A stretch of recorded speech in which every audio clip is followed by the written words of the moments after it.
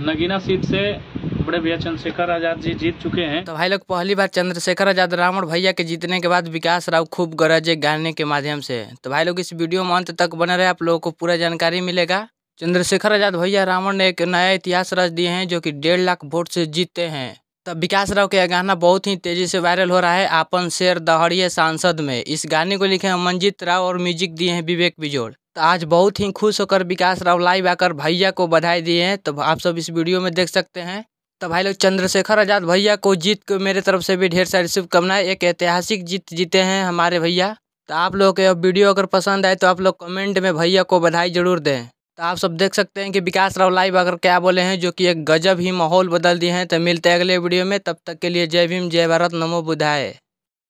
Nagina seat से बड़े भैया चंद्रशेखर आजाद जी जीत चुके हैं और ऐतिहासिक वोटों से जीते हैं।